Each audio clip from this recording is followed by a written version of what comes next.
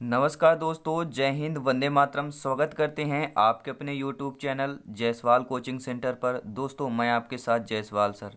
दोस्तों आप लोगों को पता है हिंदी व्याकरण की 500 एमसीक्यू चल रहा है, पार्ट सीरीज चल रही दोस्तों, संपूर्ण व्याकरण की ऑल कंसेप्ट से। ये आपका दोस्तों 14 नंबर क्लास है और प्रत्येक क्लास में हम 30 क्वेश्चन लाते हैं। आप लोगों को पता है ये ऑल इंडिया लेवल प्रश्न है, यानी कि सभी एग्जाम में आए हुए प्रश्नों का कलेक्शन किया गया है, तो बहुत ही इंपॉर्टेंट है क्वेश्चन। आइए शुरू करते हैं आज की क्लास दोस्तों। सभी मित्रों को जय हिंद एक बार। और क्वेश्चन आ गया, पहला स्क्रीन पर क्वेश्चन है आज की वीडियो का। और प्रश्न दोस्तों यह पूछा जा रहा है कि इनमें से किस विकल्प के सभी शब्द जो शुद्ध हैं। अब हमें वो विकल्प यहाँ पे चूज करना है कि जिसमें सभी शब्द आपके शुद्ध दिए हों। तो आइए वह विकल्प है ऑप्शन नंबर डी, जिसमें द्वंद्व दिया है, मिठाइयाँ और श्रृंखला। ठीक है, ये तीनों जो हैं आपके शुद्ध दिए गए हैं, तो डी ऑप्शन यहाँ पे राइट आंसर हो जाएगा। नेक्स्ट क्वेश्चन देख लेते हैं। अगला प्रश्न स्क्रीन पर है, वर्तनी की रस से कौन सा शब्द अशुद्ध है। अब हमें क्या देखना है, केवल वर्तनी देखना है शब्दों में किसमें आपका शुद्ध है। तो देखिए, अधीन में वर्तनी आपकी शुद्ध है, अंत्याक्षरी में भी शुद्ध है, पड़ोस में भी शुद्ध है। त्योहार जो लिखा है दोस्तों, क्या लिखा है, त्योहार होना चाहिए, तो त्यो लिखा है, और लिखा हुआ है, तो यहाँ पर वर्तनी क्या है आपकी अशुद्धि हो जाएगी। ये आपके सीटेट 2016 में पूछा गया प्रश्न है दोस्तों। और अगला प्रश्न स्क्रीन पर है, इनमें से किस विकल्प के सभी शब्द अशुद्ध हैं। अब हमें अशुद्ध शब्दों का विकल्प हमें चूज करना है। देखिए, व्याकरण और अनाधिकार ये तो शुद्ध लिखा है, नृशंस और विषम ये भी शुद्ध है, स्वामी भक्त और सौंदर्यता ये भी शुद्ध है, लेकिन जो डी ऑप्शन लिखा, रचयिता लिखा है, रचयिता लिखा है और प्रदर्शनी लिखा है, तो यहाँ पे डी ऑप्शन क्या है आपका शब्द अशुद्ध लिखा हुआ है। और अगला प्रश्न है, इनमें से वर्तनी की रस से कौन सा शब्द शुद्ध बताना है। अब वर्तनी की रस से शुद्ध शब्द कौन सा है। देखिए, हितैषी लिखा है, दुरावस्था लिखा है, चिन्ह, ये तीनों क्या है आपके वर्तनी की रस से क्या है अशुद्ध है आपकी। ठीक है, क्या है आपके अशुद्ध हैं। लेकिन जो अधीन लिखा है यह वर्तनी की रस से देखा जाए तो शुद्ध शब्द लिखा है दोस्तों, यानी डी ऑप्शन सही हो जाएगा। और अगला प्रश्न स्क्रीन पर है, प्रश्न ये पूछा जा रहा है कि इनमें वर्तनी की रस से कौन सा शब्द शुद्ध है, ये भी बताना है। तो वर्तनी की रस से जो शुद्ध शब्द होगा दोस्तों वह हो जाएगा आपका ऑप्शन नंबर बी हो जाएगा, दृष्टा। जी हाँ, वर्तनी के रस से शुद्ध शब्द आपका ऑप्शन नंबर बी हो जाएगा। और नेक्स्ट क्वेश्चन है दोस्तों, अगला प्रश्न है जो आपके KVS 2015 में पूछा गया प्रश्न है, यानी सभी क्वेश्चन आपके एग्जाम में आए हुए प्रश्न है दोस्तों। तो वर्तनी की रस से कौन सा शब्द अशुद्ध है, यहाँ ये देख लेते हैं। वर्तनी की रस से कौन सा शब्द अशुद्ध है, तो साप्ताहिक, क्या लिखा है, साप्ताहिक लिखा है। तो क्या होता है, साप्ताहिक होता है, बड़ा सा होना चाहिए। तो वर्तनी की वजह से अशुद्ध शब्द आपका पहला ही हो जाएगा। बाकी जो भी दिए हैं, द्वारका, वापस, ज्योत्सना, ये तीनों आपके वर्तनी की वजह से कैसे शब्द दिए हैं आपके दोस्तों, शुद्ध शब्द दिए हुए हैं। अगला प्रश्न देख लेते हैं। सभी क्वेश्चन यहाँ पे इंपॉर्टेंट है, सभी फैक्ट यहाँ पे इंपॉर्टेंट है। और प्रश्न ये पूछा जा रहा है कि कौन सा वाक्य वर्तनी के कारण अशुद्ध दिया गया है। अब वाक्य दे दिएगा, अभी तक हमने क्या शब्दों पे देख रहे थे कि वर्तनी में कौन से शब्द शुद्ध हैं, अशुद्ध है। अब इस क्वेश्चन में हम देखेंगे वर्तनी के कारण अशुद्ध वाक्य कौन सा है। तो यहाँ पर आइए हम लोग देख लेते हैं वर्तनी की रस से अशुद्ध। पहला यहाँ पे दिया गया है कि कपिल ने तुम्हारी बहुत प्रतीक्षा देखी, तो यह तो आपका शुद्ध दिया है। फिर दिया है कुकर्मों के कारण उसके तन पर कालिख पुत गई, ये भी शुद्ध दिया है मेरे हिसाब से। सी में आते हैं, महात्मा के सतोपदेश में जीवन का सार मिलता है। अब यहाँ पे सतोपदेश लिखा है, या आप लोग समझ गए होंगे वर्तनी यहाँ पे आपकी क्या है, शुद्ध नहीं है, यानी अशुद्ध है। तो सी ऑप्शन सही हो जाएगा अकॉर्डिंग टू क्वेश्चन, अशुद्ध वर्तनी वाला वाक्य सी ऑप्शन हो जाएगा दोस्तों। अगला प्रश्न है कि वर्तनी के रस से कौन सा शब्द शुद्ध है। देखिए, त्योहार ये भी आपका शुद्ध है, अभी आपने देख लिखा है। पड़ोसी लिखा है, ये भी आपका शुद्ध है। प्रतिनिधि लिखा है, तो प्रतिनिधि छोटी ती होनी चाहिए, लेकिन प्रतिनिधि लिख दिया गया, ये भी आपका शुद्ध हो गया। लेकिन जो दंपति लिखा है, डी ऑप्शन आपका वर्तनी की वजह से शुद्ध शब्द लिखा है। और ये आपकी इस स्कूल विख्याता में पूछा गया प्रश्न है, इंपॉर्टेंट प्रश्न है। सभी मेरे प्यारे मित्र जितने भी हैं, जितने भी नए आए हैं भाई बहन, जितने भी मेरे प्यारे शिक्षक बंधु हैं, दोस्त हैं, एक बार जायसवाल कोचिंग सेंटर को, चैनल को सब्सक्राइब कर लेंगे और दिल से सभी वीडियो को लाइक कर देंगे।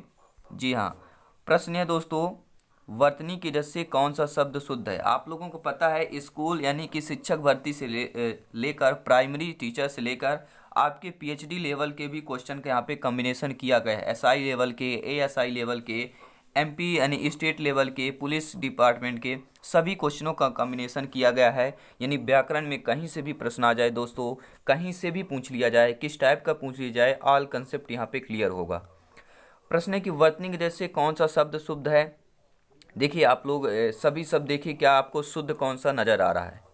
तो आप देखेंगे जो डी ऑप्शन लिखा संन्यास या वर्तनी के जैसे शुद्ध शब्द यहाँ पर लिखा है। बाकी जो अदर ऑप्शन है आपके शुद्ध हैं। आप लोग वीडियो पॉज कर सभी ऑप्शन को एक अच्छे तरीके से रीड कर सकते हैं। किस शब्द की वर्तनी सही है? वर्तनी से रिलेटेड प्रश्न आते हैं तो वर्तनी सही किसकी है? सी ऑप्शन देखिएगा, अनुग्रहित। देखिए प्रज्वलित लिखा है, प्रज्वलित लिखा है, ठीक है। तत्वाधान, अनादि, ये ए बी सी जो तीन ऑप्शन लिए गए हैं इनकी वर्तनी क्या सही नहीं है, लेकिन आपको जो सी ऑप्शन है अनुग्रहित, इसकी वर्तनी दोस्तों सही लिखी हुई है। और अगला प्रश्न है कि वर्तनी की डस से शुद्ध शब्द यहाँ पे बताना है, तो कोशिश, ए ऑप्शन सही हो जाएगा।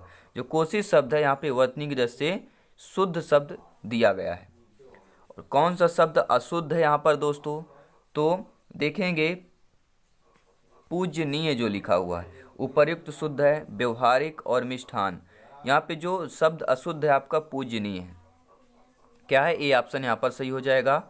अगला प्रश्न आइए देख लेते हैं, कौन सा शब्द शुद्ध है? यहाँ पर भी देखेंगे तो जो लघुत्तर है ए ऑप्शन यहाँ पे शुद्ध दिया हुआ है। बाकी जो अदर ऑप्शन आपके शुद्ध हैं। आप लोग वीडियो पॉज कर सभी ऑप्शन को अच्छे तरीके से स्टडी कर सकते हैं। और शब्द के शुद्ध रूप पर निशान लगाना है। अब यहाँ पे आ गया निशान लगाना, मतलब यही बताना है दोस्तों जो शब्द का शुद्ध रूप है हमें बताना है। देखिए मतलब चाहिए हम कैसे लिखेंगे ये है। तो आप देखते हैं सी ऑप्शन, एक नज़र फरमाइएगा सभी मेरे प्यारे मित्र, चाहिए इस टाइप से होता है, शुद्ध रूप जो होता है चाहिए का सही निशान सी ऑप्शन हो जाएगा। और बात करेंगे नेक्स्ट क्वेश्चन की कि इनमें से कौन सा शब्द शुद्ध है?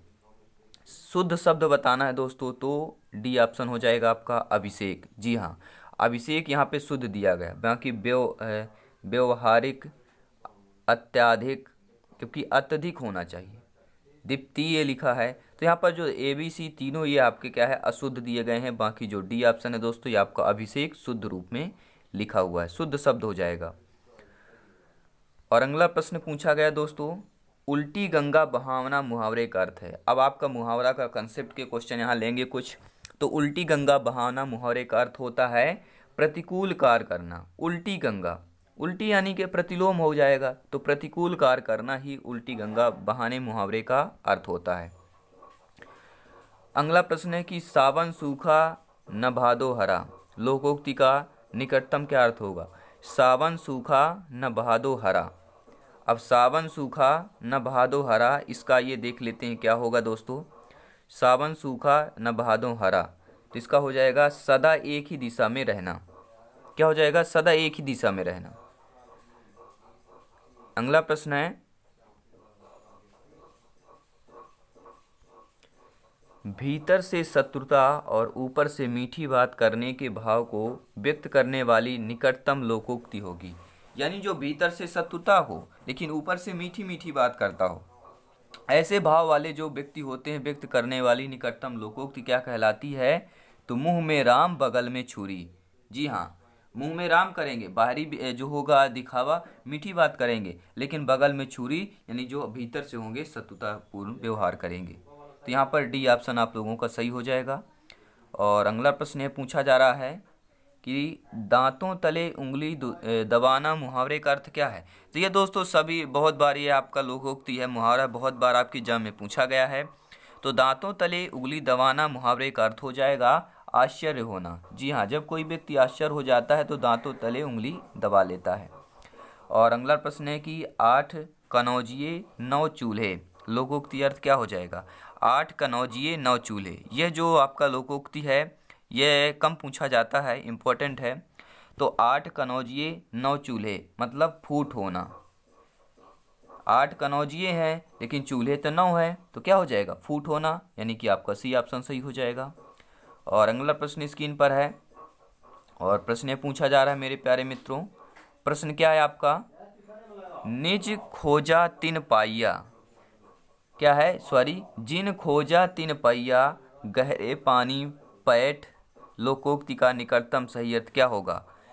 जिन खोजा तिन पाइया, यानी जिसने खोजा उसने पाया, गहरे पानी बैठ, गहरे पानी में बैठकर।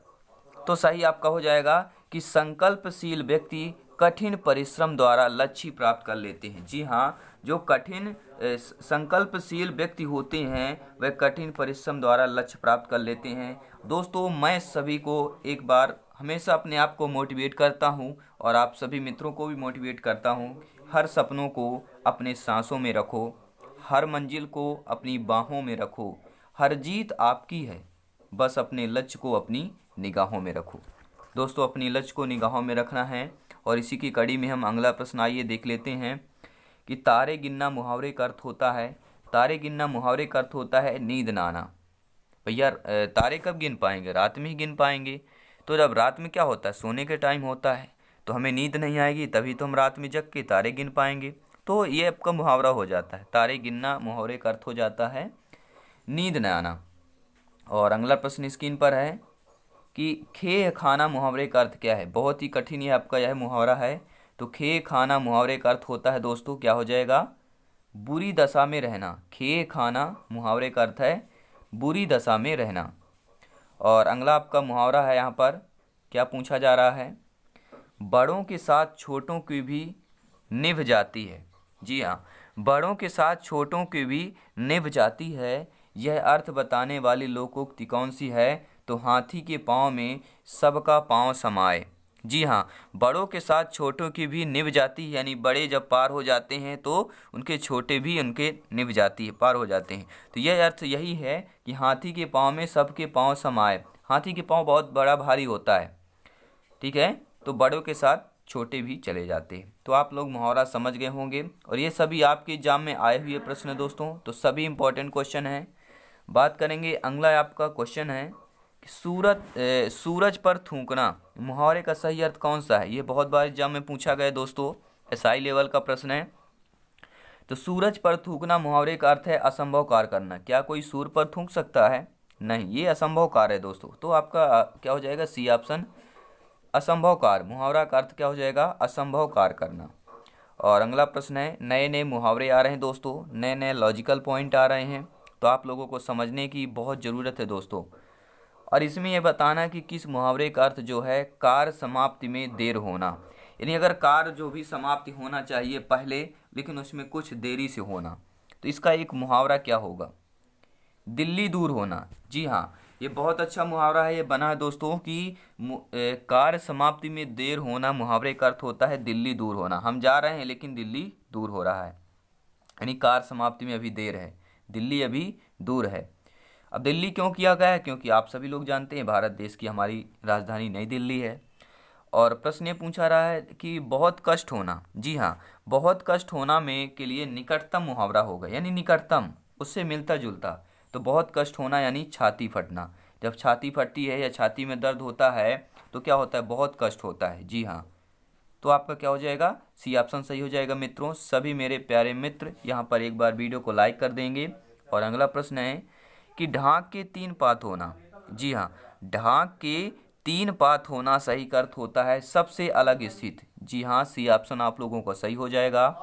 और दोस्तों, इसकी PDF file, notes all subject की अगर पाना चाहते हैं तो आज ही हमारे टेलीग्राम में ज़रूर ज्वाइन करें। सर्च करें जायसवाल कोचिंग सेंटर। जिसकी पीडीएफ फाइल चाहिए उसको डालिए। आप जो मेरी वीडियोज में क्लास देखते हैं उसमें देख लीजिए कौन सा पार्ट है, वो पार्ट डालेंगे तो आपको वहाँ पे मिल जाएगा। पार्ट वाइज भी आपको वीडियो पीडीएफ फाइल नोट्स मिल जाएगी, तो आप लोग सर्च कर सकते हैं दोस्तों। वो भी फ्री ऑफ कॉस्ट है, क्योंकि हम राष्ट्र हित में शिक्षा की बात करते हैं दोस्तों, और शिक्षा हित में चैनल है। आप सभी का एक ये दोस्तों परिवार है, शिक्षा का परिवार है, आप लोगों का चैनल है। बस आप लोग प्रेम और स्नेह मोटिवेट करते रहें, आपके लिए वीडियो आते रहेगी और आपका सिलेक्शन यहाँ पे पक्का होगा दोस्तों। क्योंकि हम आपके सिलेबस के आधार पर प्रश्न लाते हैं। प्रश्न है कि घुटने टेकना। जी हाँ, मुहावरे का सही अर्थ क्या होगा? घुटने टेकना यानी कि हार मानना। कह लेते हैं ना, वो घुटने टेक दिया है। वो पहले जमाने में दोस्तों ये मुहावरा का अर्थ होता था कि उस राजा ने घुटने टेक दिए, यानी कि हार मान लिया। अगला प्रश्न है यहाँ पर दोस्तों, पूछा जा रहा है आप लोगों से कि बड़े सम्मान और सत्कार से स्वागत करना। जी हाँ, बड़े सम्मान और सत्कार से स्वागत करना, यह अर्थ किस मुहावरे का हो जाएगा? सिर पर चढ़कर बोलना, सिर उठाना, सिर थाम के बैठना, सिर आंखों पर बैठाना। जी हाँ, तो बड़े सम्मान और सत्कार से स्वागत करना होता है सिर आंखों पर बैठाना। कहते हैं ना, उस व्यक्ति को उसने तो सिर आंखों पर बैठा लिया है, यानी बड़े सम्मान और सत्कार से उसे स्वागत किया है, अपनाया है। तो ये रहे दोस्तों आज की इंपॉर्टेंट 30 क्वेश्चन। उम्मीद करता हूँ ये सभी 30 प्रश्न आप लोगों को बहुत ही अच्छे लगे होंगे, उम्दा होंगे, लाजवाब प्रश्न रहे होंगे। और ऐसे ही प्रश्न, इससे बेस्ट क्वेश्चन देखने के लिए दोस्तों आज ही हमारे चैनल को, जायसवाल कोचिंग सेंटर को सब्सक्राइब कर लें। साथ ही साथ बेल आइकन जरूर प्रेस करें ताकि लेटेस्ट नोटिफिकेशन आपके इनबॉक्स से मिलता रहे। तो धन्यवाद।